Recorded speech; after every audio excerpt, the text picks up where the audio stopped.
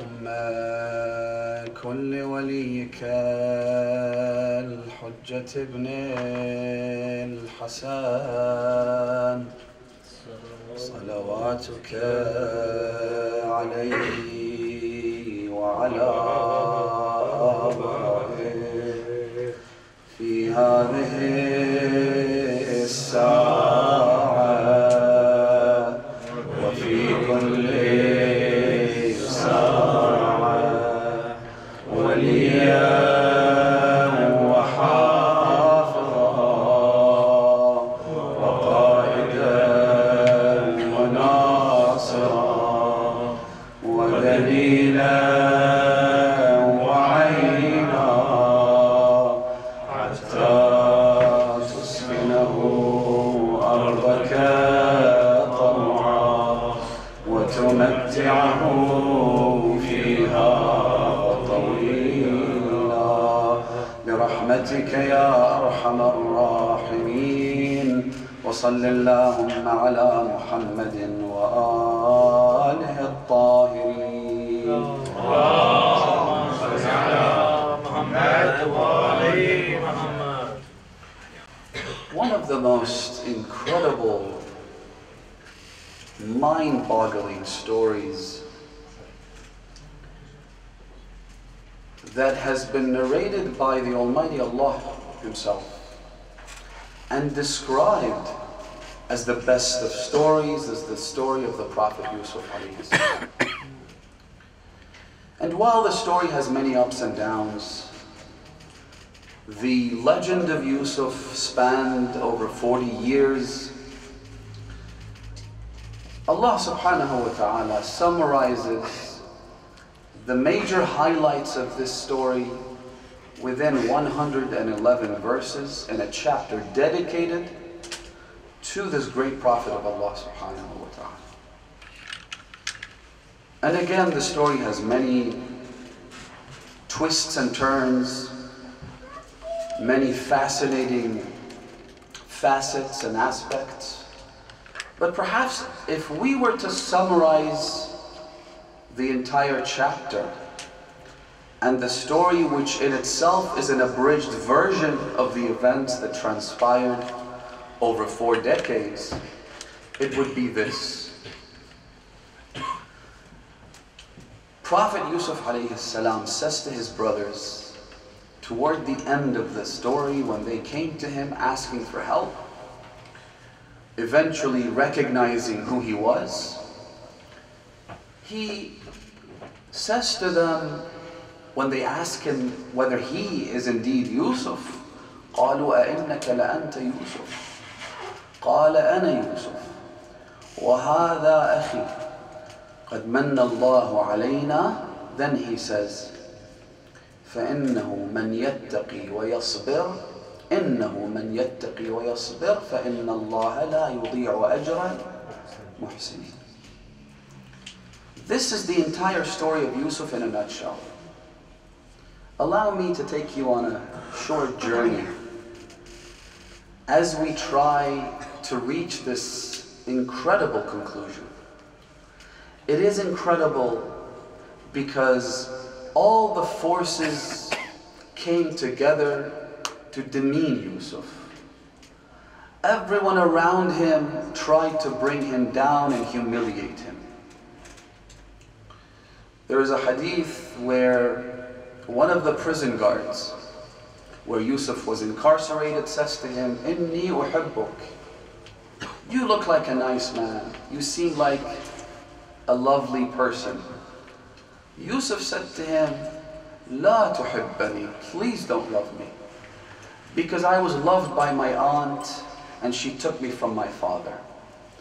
The story goes like this. She was infatuated by her nephew. She was obsessed with him. And so one night she takes him over to her house and schemes. She plots to have him appear as someone who stole one of her necklaces. She hides the necklace. Then while he was asleep, she puts it around his neck. In the morning when he leaves for her father's house, She then comes around and says that my necklace has been stolen, only to find it around the neck of Yusuf. And according to the law of the land at the time, when someone stole something, he would be enslaved by the owner of that object. So Yusuf had to be turned over to his aunt. She took custody of him because she loved him. Then he said to the prison guard, my father also loved me, so much so that he expressed his love every day in such a manner so as to invoke the envy and jealousy of my brothers. And it was because of that envy that they did to me what they did to me. Then Zulaykha fell in love with me, and she also ended up forcing me into this prison. And now you're telling me that you love me? Please don't love me. I'm done with people loving me.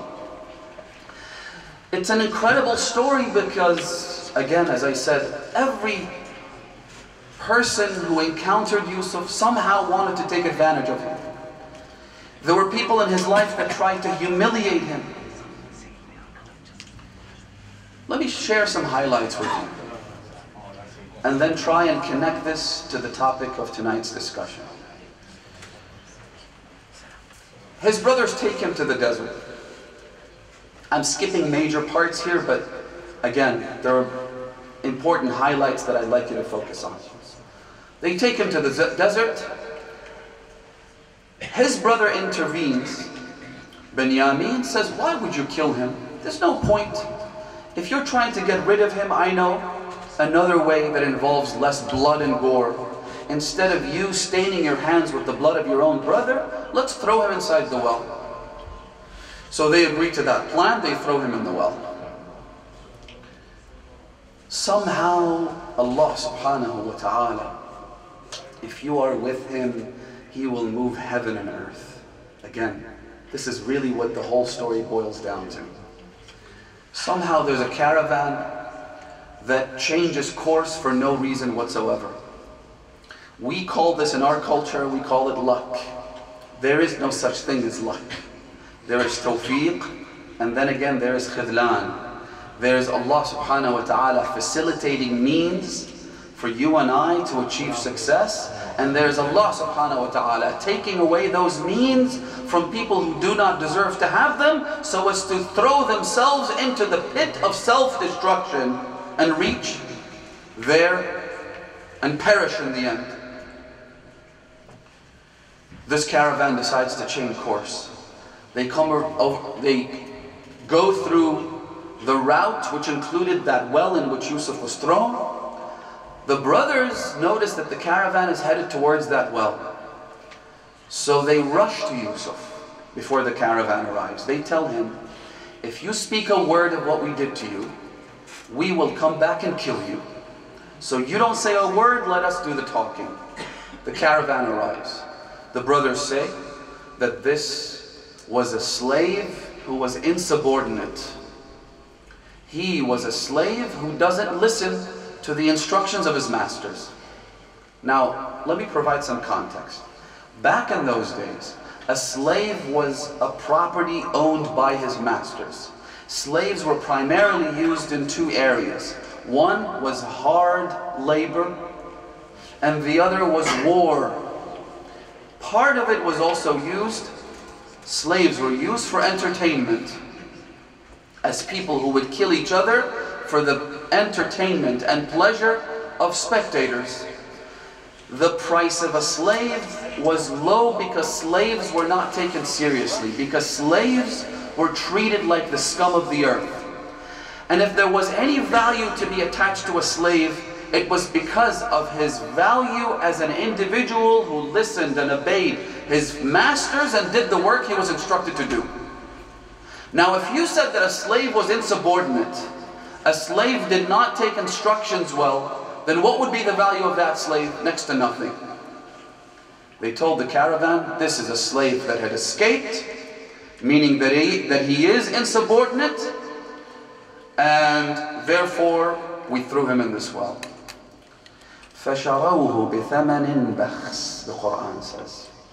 In Tafsir al-Ayyashi and others, there are hadith from the Alulbayt which say that the price for which they sold Yusuf to the caravan ranges from 8 dirhams to 20 dirhams. At least the hadith that I've seen.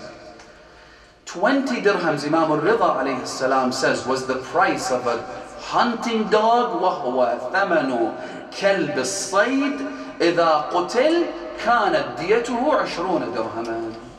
A hunting dog, if he was killed, then the compensation would be 20 dirhams. Meaning, not only did they say he's an insubordinate slave that had escaped, they even sold him, they were happy to receive the tiniest compensation in exchange for him, once again highlighting his worthless position in their eyes.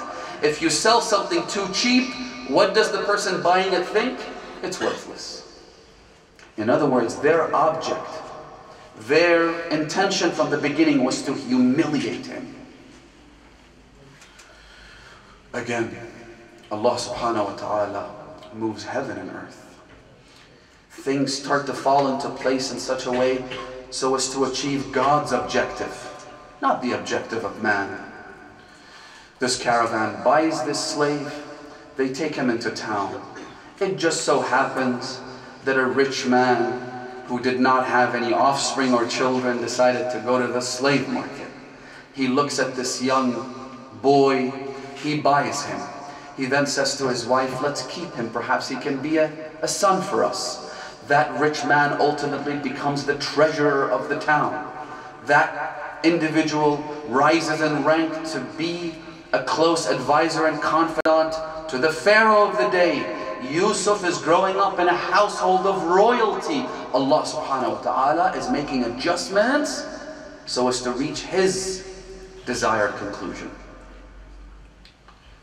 Then he falls into the hand of Zulaykha.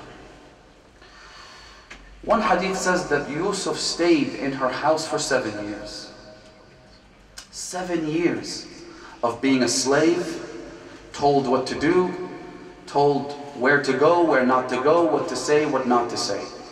Again, he must be obedient to the every wish, to the every whim, and to the every instruction of his master or mistress. One day, Zulaykha, who had fallen head over heels in love with him, she looks at Yusuf. First, she wears makeup. She was already a desirable woman. She was the wife of the country's treasurer. She was, according to reports, the most beautiful woman in the country. So she makes herself look even more beautiful. She puts makeup on. And she approaches Yusuf and says to him, "Unzur ilay." Why? The hadith says, because Yusuf never even looked at her. Not once. You close the door of sin shut from day one, or you will fall into a slippery slope. How many narrations do we have about the gaze and the importance of keeping it in check? النظرة سهم من سهام إبليس. Be careful what you see. Be careful what you open your heart to. The minute you light the fire of desire in your heart is like someone who is standing by the edge of the rooftop about to fall down. Your ability to control the situation is severely hindered. Your ability to say, I will control myself once I've had a look or two or three, I will then not fall into the trap of shaitan, not commit the sin, is next to none. Don't look. You'll feel much better. You will not light that fire inside of you. There is one hadith that actually says that contemplating acts of sin is like lighting a fire inside your living room, right in the middle. And not in the chimney, but right in the middle of the living room. The hadith then says, I believe it's a prophetic hadith, the Prophet says that at the very least, what you're going to get as a result of that is that you will fill the house with smoke.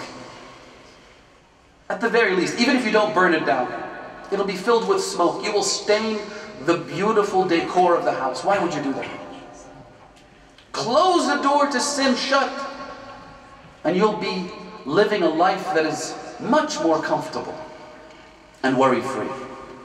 Not once did he even look in her direction. So she stands in front of him and says, "Unzur ilay." What did he say? His response was, "Khashitu an ta'ma ayni." I'm afraid if I look in your direction, my eyes will go blind.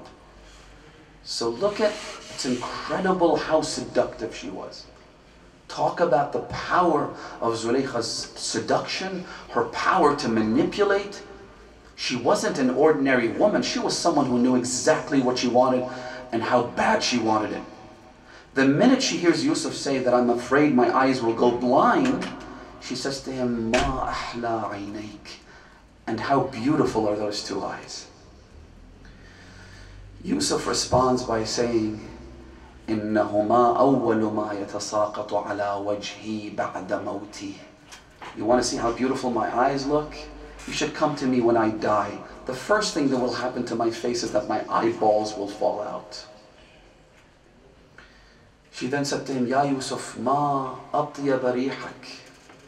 Again, she's trying to seduce him, leaving no stone unturned. Imagine, one of the ulama actually says that I sat down and counted all the different incentives and motives Yusuf had to commit the sin. He said, I counted 21 incentives. Yusuf was the archetypal young man who could have it all and face almost no repercussions in response. He would lose almost nothing, right? 21 incentives. Number one, he was a young man filled with desire, like all young men. Number two, he was a slave and he had no choice. I mean, that would have been the perfect excuse had it been anybody else. I had no choice. It's either that or death. Number three, he wasn't the one doing the seduction, it was the other person. It was the other party, the woman, the most beautiful woman in town was the one doing the seduction. Number four, he was enclosed in a house that was sealed. All the locks were locked, all the doors were locked, and he had no way out. Number five, the husband went out of town. Number six, number seven, 21 incentives. In other words, 21 excuses he could have resorted to had he wanted a quick way out. Allah subhanahu wa ta'ala says in Surah Al-Talaq, وَمَنْ يَتَّقِ اللَّهِ يَجْعَلْ لَهُ مَخْرَجًا وَيَرْزُقْهُ مِنْ حَيْثُ لَا يَحْتَسِبُ وَمَنْ يَتَوَكَّلْ عَلَى اللَّهِ فَهُوَ حَسْبُهُ. If you guard yourself against sin, if you make the commitment, our problem, brothers and sisters, it usually falls in the area of making that initial commitment. Our problem is we're really not that committed to a life free of sin. We always kind of like to keep our options open, right? We think to ourselves, and there are many examples I could cite, perhaps in the next few nights, as to how we like to always take the middle ground, hold the stick by the middle, ensure that we have the ability to take either route. But the problem is Allah subhanahu wa ta'ala usually puts you in a position where you have to make a choice, right? You have to ultimately decide which direction you want to take. If you guard yourself, the Almighty Allah says, He will find a way out for you. He will find an escape route for you. يَجْعَلْ لَهُ مَخْرَجًا. What else? وَيَرْزُقْهُ مِنْ حَيْثُ لَا يَحْتَسِبُ. Imam al-Sadiq alayhi salam says, يَرْزُقْهُ مِنْ حَيْثُ لَا يَحْتَسِبُ أَيْ يُبَارِكْ لَهُ فِي مَا أَعْطَاهُ. Allah subhanahu wa ta'ala will bless whatever you have right now. Don't think to yourself, this is an opportunity that's too good to pass. It's never too good to pass. In one of our du'as we read this, Ya Radda ma qad fat. Allah subhanahu wa ta'ala can reverse the space-time continuum, take you back and give you what you desired if only you guard yourself. In other words, your sustenance has already been predetermined. What Allah decides to give you has already been decided. The only question is, do you wait for Allah to give you what He has designated and destined for you through legitimate means, or do you rush to the illegitimate and illicit objects of your desire? Right? The famous story of the commander of the faithful, when he goes to the mosque one day Amir al-Mu'mineen salamullahi alayh, and he sees a man waiting by the staircase or by the gate of the mosque. So the Imam says to him, could you hold my horse for me? The Imam goes inside, prays, comes back out, and he noticed that the man had stolen the horse's saddle. The Imam said, subhanallah, I had decided that once I came out, as a gesture of my appreciation for his work and for holding my horse, I would give him the saddle. He was too hasty. He wanted the same destined sustenance through haram. Ya Radda ma qad fat. Our problem, brothers and sisters, is that we lack faith in Allah subhanahu wa ta'ala, at least sufficient faith to know that He can make it happen. He can satisfy my desires. He can look after me. He can provide for me. What happens is we think that we're the ones who have to look out for ourselves. And what ends up happening is we commit sins as a means of securing our wishes and desires. Moving on. Yes, Yusuf had it all. And yet, Allah subhanahu wa ta'ala works in such a way. And again, you can see examples of this in your own lives. The way God works is that He tests you by pushing you into a corner where all the doors are closed. You have no escape route. You have no other option. He engulfs desires within you, creates endless incentives outside of you, from your family, from your friends, from your society, from the world around you. So you have forces inside pushing you, sources from outside pulling you, and you are in the middle of this conundrum. You're unable to escape. There is no other option, and yet He says you have to be pious. In other words, the laws and the juristic principles that apply to you are not suspended. You still have to be pious. There is no way out. That's the test. What do you do?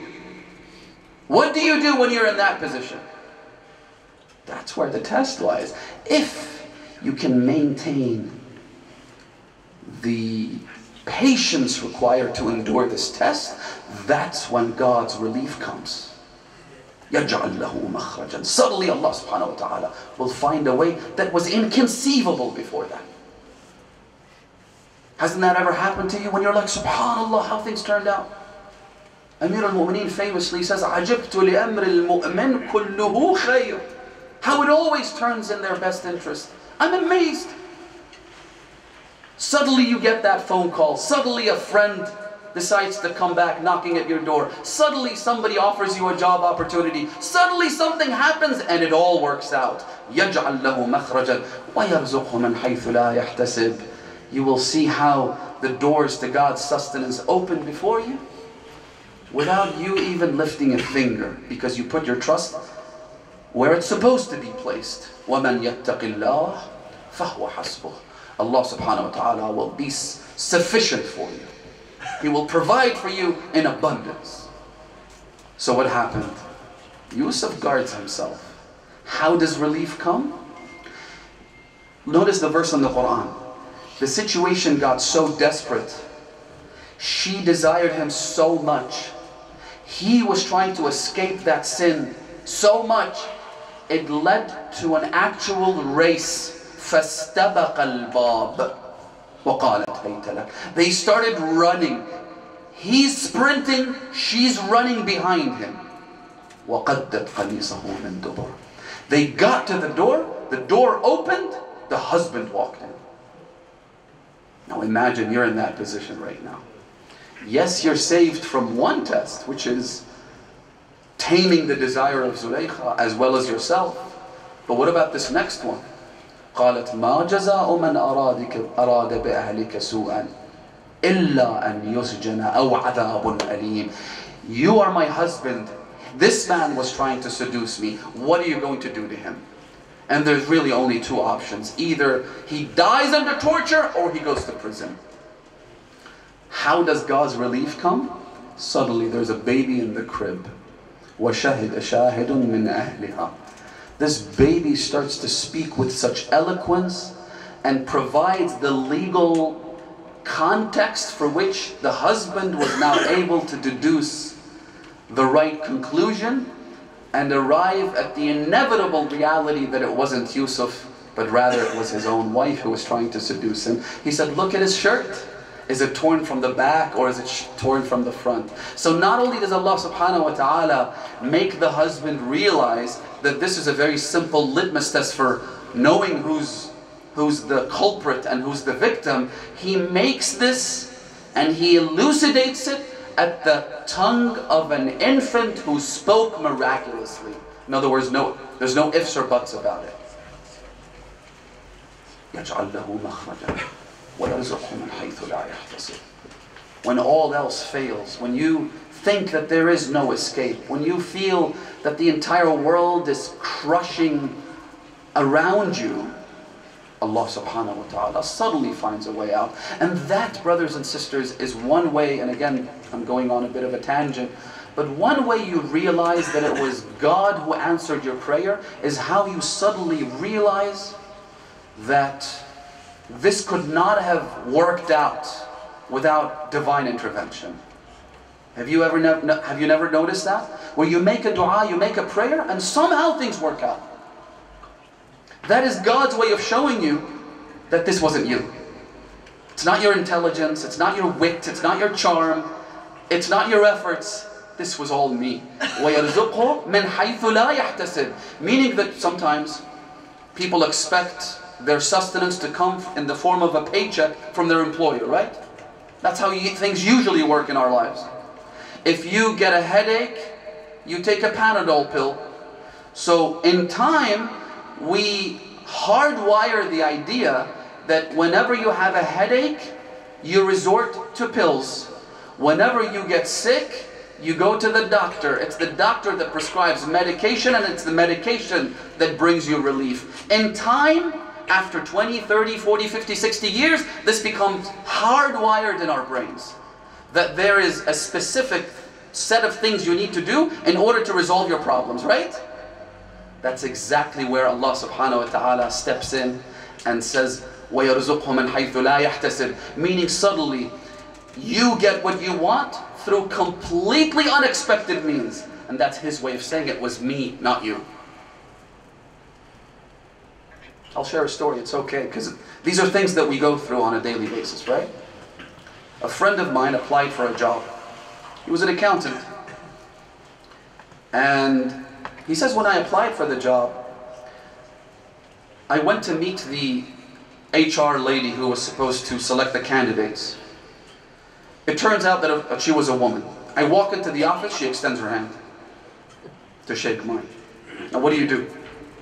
This is one of those tests. Do you shake the hand? Do you not shake the hand? It's awkward, it's uncomfortable. We go through this every day in these parts of the world. He says, and again, this is where your discipline and your training and your value system plays a big part. When you're suddenly confronted with a situation where you have to make a decision between halal and haram, because of your training and because of your value system, you instinctively refuse to commit a sin. He said, I am so sorry. I don't mean to disrespect you.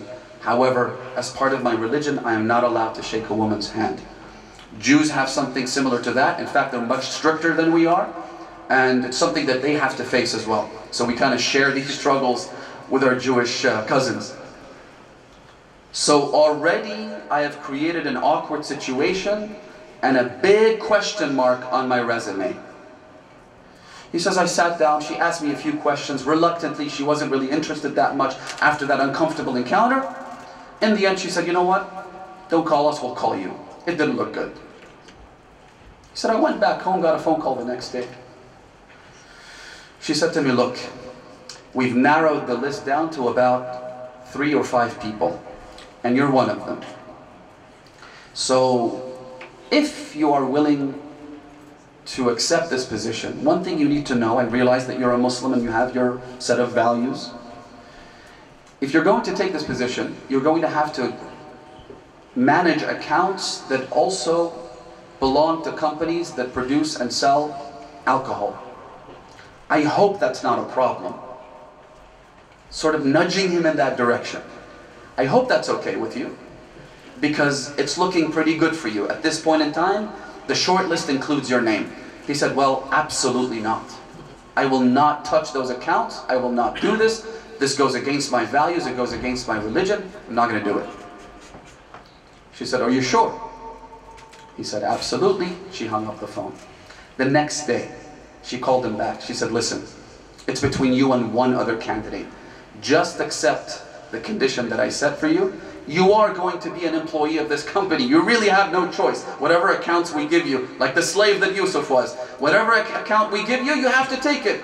Will you drop this condition? He said, absolutely not. Take it or leave it. Suddenly, he's the HR manager, and she's the one being interviewed for the job. She called him 2 hours later. She said, you get the job. That's how it works. وَمَنْ يَتَّقِ اللَّهِ يَجْعَلْ لَهُ مَخْرَجًا وَيَرْزُقْهُ مِنْ حَيْثُ لَا يَحْتَسِبُ وَمَنْ يَتَوَكَّلْ عَلَى اللَّهِ فَهُوَ حَسْبُهُ. There's a beautiful hadith from the Holy Prophet Rasulullah Muhammad sallallahu alayhi wa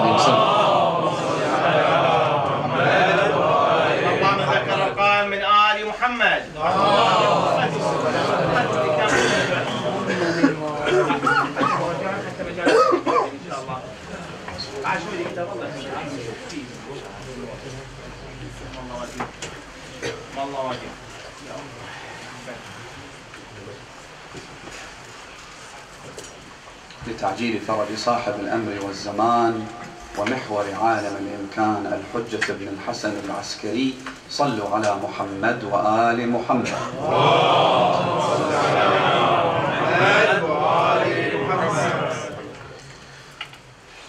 Stories involving uncomfortable situations in which believers were placed and miraculously and amazingly turned out in their best interest are abundant in the Quran. They're abundant in everyday life. You don't have to look too far to see the hand of God guiding those people who are pious. You don't have to look too far to see how Allah subhanahu wa ta'ala, despite whatever challenges and problems He may have put you in, He was guiding your path toward being the person that you are today. Blessed by the love for the Alulbayt, blessed by standing at the doorstep of Abu Abdullah al-Hussein. That is why when we visit the shrine of Imam al-Hussein, at the very beginning of Ziyarat Warith, you say, Alhamdulillah, alladhi hadana lihada wa ma kunna linahtadi lawla an hadana Allah, laqad ja'at rusul rabbina bil haqq. The fact that you are here today, the fact that you are mourning the tragedies of the household of Rasulullah means that whatever you went through, as hard and challenging and difficult as it may have been, was ultimately in your best interest. Whatever you think you lost, you never really lost anything. Because Allah subhanahu wa ta'ala will sustain you, He will look after you. Ya Rabb ma qad fat. If you look at the journey of Yusuf alayhi salam, how it all ended up, from him being humiliated by his brothers, being labeled as a slave who was insubordinate, being sold with the price tag of a hunting dog, being sold into slavery, being seduced and intimidated and imprisoned by his mistress and master, then going into prison, where the hadith says that when he actually came out of prison 7 years later, he said, Uktubu, write this down. As-sijnu maqbaratul ahya. Prison is nothing but a graveyard for the living. Prison today, if you think about it, they spend about $1 million on average on every maximum security inmate in the United States. I'm not sure what the price here, what the cost here in the UK is, but I'm sure it's something similar to that, perhaps even higher. They spend $1 million per inmate, and yet prison is the most miserable place that nobody wants to go to. Imagine what prison back in the day was. Imagine what it was like for Yusuf and others, right? He spent 7 years in that place, then comes out, and then Allah subhanahu wa ta'ala says, you think this was luck? You think this was a happy series of incidents? You think this was cause and effect? You think this was somehow things just working out for Yusuf? because he was at the right place and the right time, Allah subhanahu wa ta'ala says, there is no such thing as luck. كَذَلِكَ مَكَّنَّا لِيُوسُفَ. This is what we did for Yusuf. He guarded himself. He protected himself from sin. And he is where he is today, where his own brothers come back to him, begging him for food. قَالُوا تَصَدَّقْ عَلَيْنَا. Give us some charity. When he had become king. يَا مُقَيِّضَ الرَّكْبِ لِيُوسُفَ فِي بَلَدٍ قَفْرٍ وَجَعَلَهُ بَعْدَ الْعُبُودِيَّةِ مَلِكًا. Allah subhanahu wa ta'ala, you are the one who made the caravan change course and end up where it did, and a series of events were put into motion so as to turn Yusuf from a slave to the king of Egypt, where his brothers were now. Oh, how the tables have turned, subhanallah. Wasn't it Zulaykha who later said, Subhanallah, الذي جعل العبيد ملوكا بطاعته وجعل الملوك عبيدا بمعصيته. He turned slaves into kings because they were obedient to Allah, and he turned kings and queens into slaves because they were disobedient to him. Allah subhanahu wa ta'ala will find a way out for you. Allah subhanahu wa ta'ala will look after you. And one of the greatest blessings that Allah can give to those who guard themselves against sin and put their trust in Him is the fact that He gives them what He calls hayatan tayyibah. A life that is pleasant, meaning a life where, imagine the hardest problem for most of us is that sin is desirable, worship is undesirable, right? For most people that is the biggest challenge. It's the fact that if you tell somebody, I mean, who here doesn't think that waking up for Fajr is difficult? You have to extract yourself from your cozy bed, go and wash your face and perform wudu, effectively ruining your sleep, and then standing before Allah subhanahu wa ta'ala to pray. Who doesn't think that's a challenge? Hayat tayyibah means that Allah subhanahu wa ta'ala will make that desirable. Hayatun tayyibah means that Allah subhanahu wa ta'ala will make sin undesirable. He will turn sin from the alluring, beautiful object of desire into the grotesque and disgusting act that it really is. That's what happens. Look at what Allah subhanahu wa ta'ala did to Prophet Yusuf alayhi salam.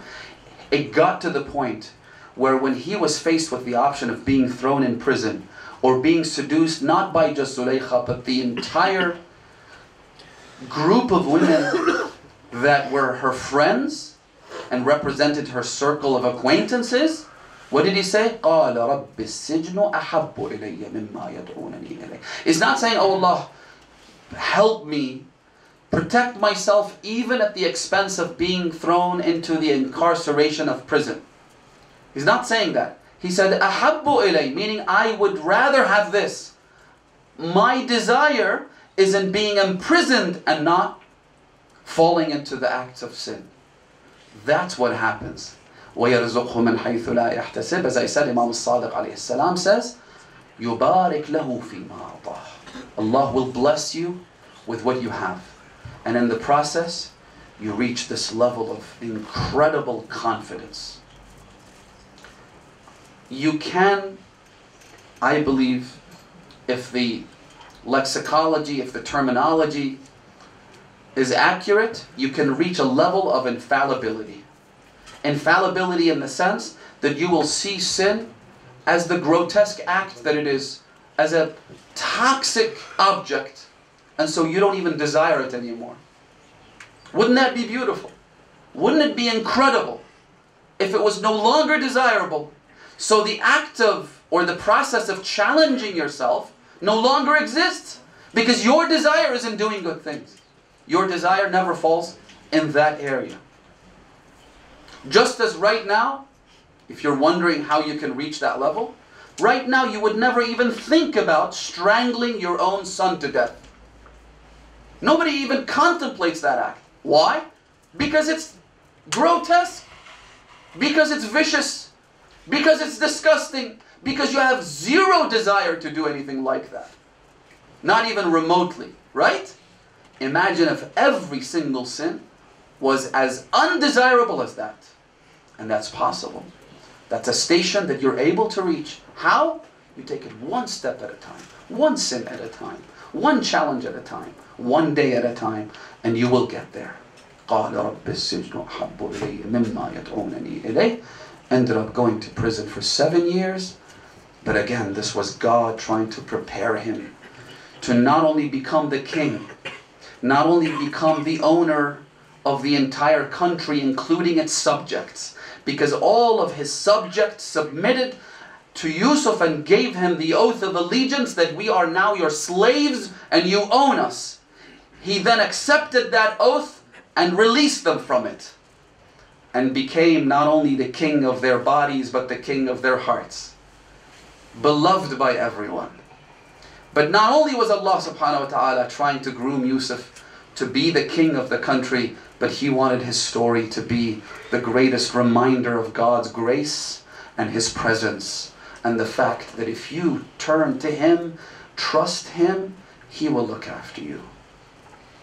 He will bring it back. Again, no opportunity is too good to be missed, because even if you miss it, doing so for the sake of Allah subhanahu wa ta'ala, he will look after you. Now, this journey, which began with people trying to humiliate Yusuf, ended up turning Yusuf into the king that he became. Because of his guarding himself against sin, Allah subhanahu wa ta'ala put his backing behind him, which is very similar to what we see in the saga of Abu Abdullah al-Hussein.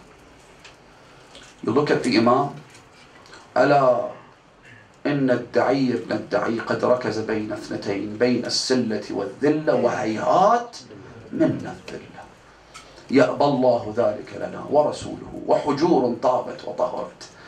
He is giving me the option between death and sin, death and transgression, death and humiliation. Why is this sin a sin? Because he says that God refuses. God does not give me permission to do that. Neither does the Prophet, neither does my mother Fatima az-Zahra. In other words, in our own simple language, Imam al-Hussein is saying, my mother would never want me to do this. Fatima az-Zahra, the Alulbayt, my grandfather, my father. Tallah ma hadha fi'alu dini inni uhami abadan an dini. I have set the limit right here. Where I am going to be forced to commit a sin or face my own death, I choose death.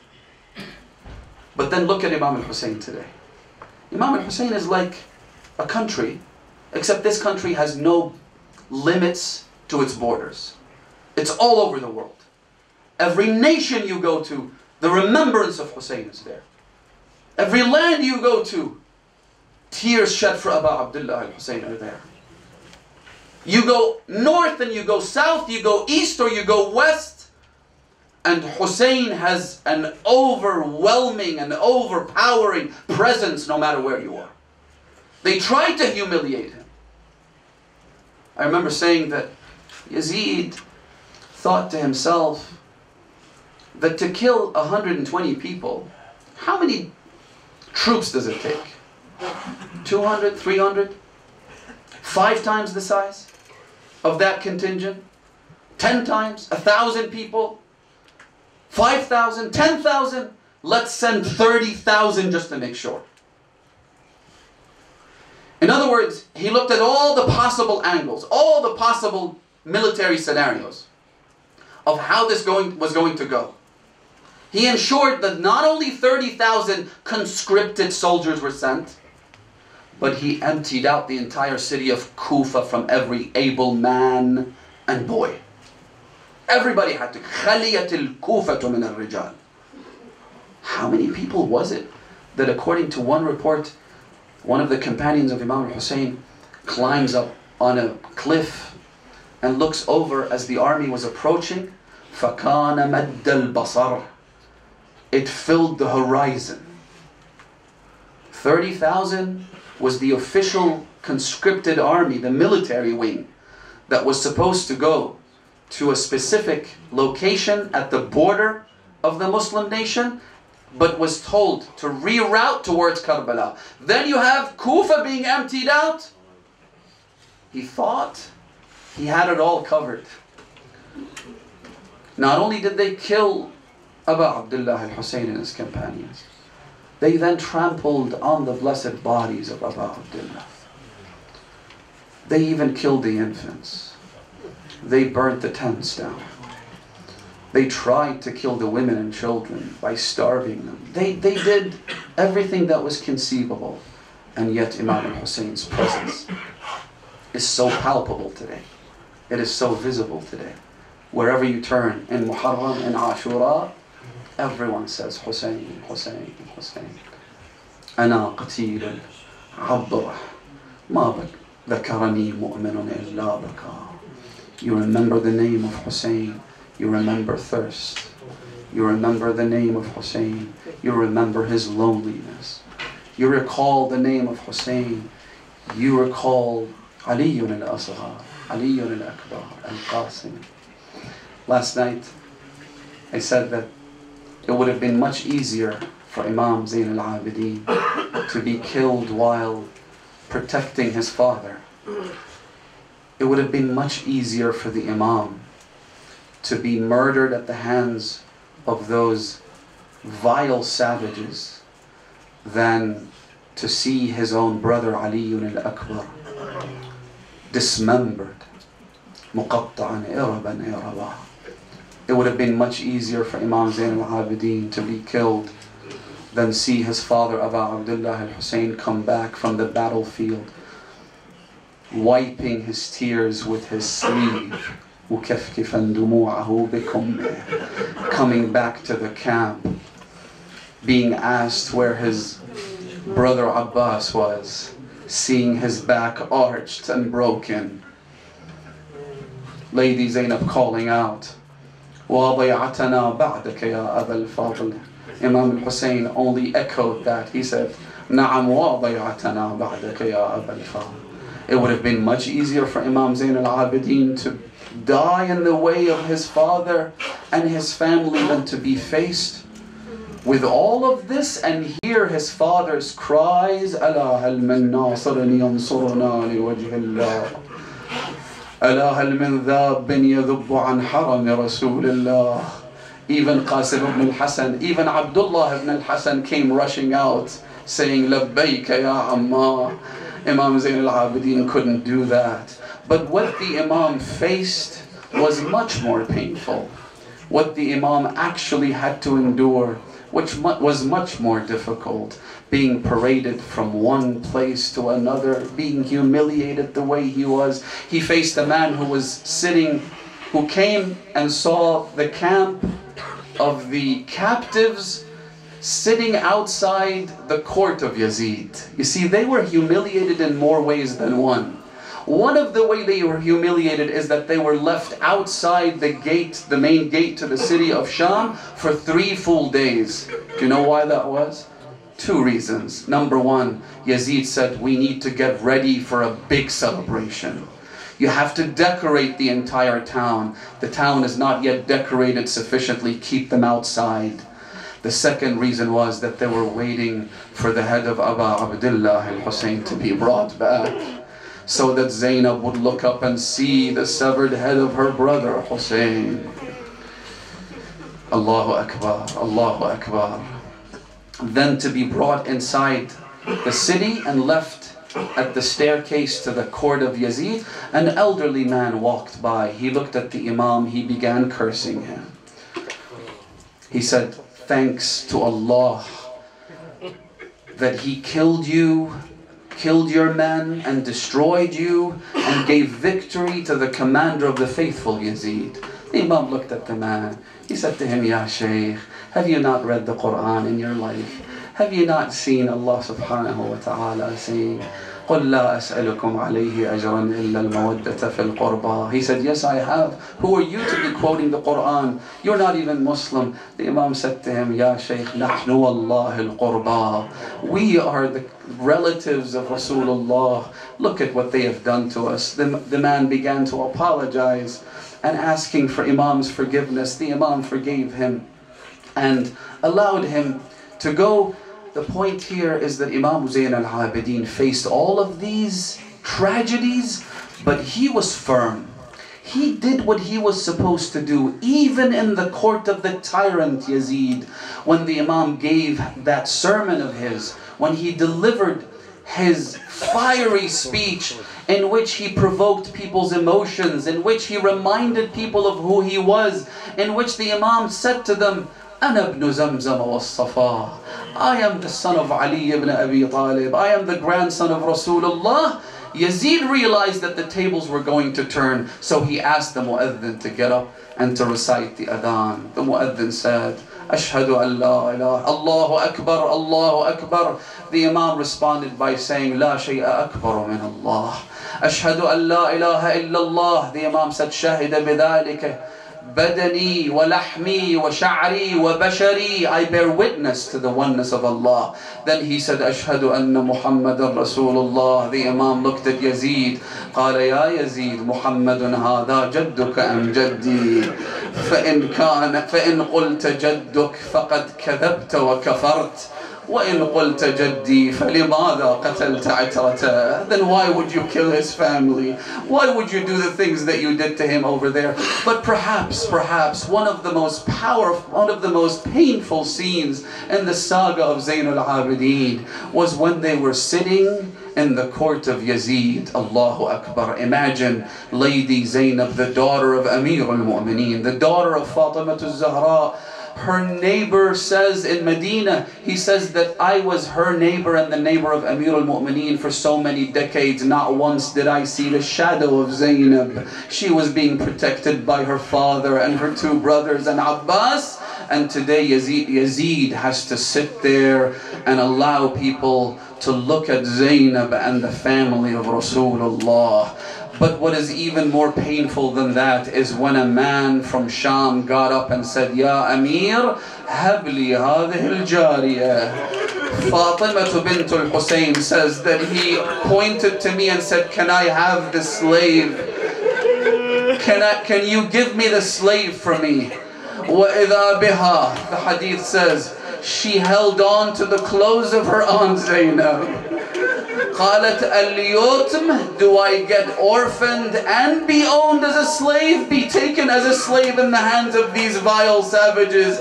That's when Lady Zainab said, كذب والله فإن ذلك ليس له ولا لك. He's a liar. That was not written for us. Allah subhanahu wa ta'ala protect us from all of this. Now I tell you, O mu'mineen, O brothers and sisters, O followers of Abu Abdullah al-Hussein, Amir al-Mu'mineen says in one hadith, this is in Nahj al-Balagha, he says that I have been told that women who are both Muslim and non-Muslim have been attacked by the army of Muawiyah headed by Busr ibn Artat, and that some of their jewelry had been stripped away from them. The Imam then says, why are you still alive when you hear this? He says, if a person hears this and dies right now, فَمَا كَانَ عِنْدِي مَلُومًا, I would never blame him for dying having heard this travesty and this tragedy. I ask you, Ya Amir al-Mu'mineen, where were you on the plains of Karbala when they attacked your women and your children? Fatima al-Kubra says, I was standing when I saw a man.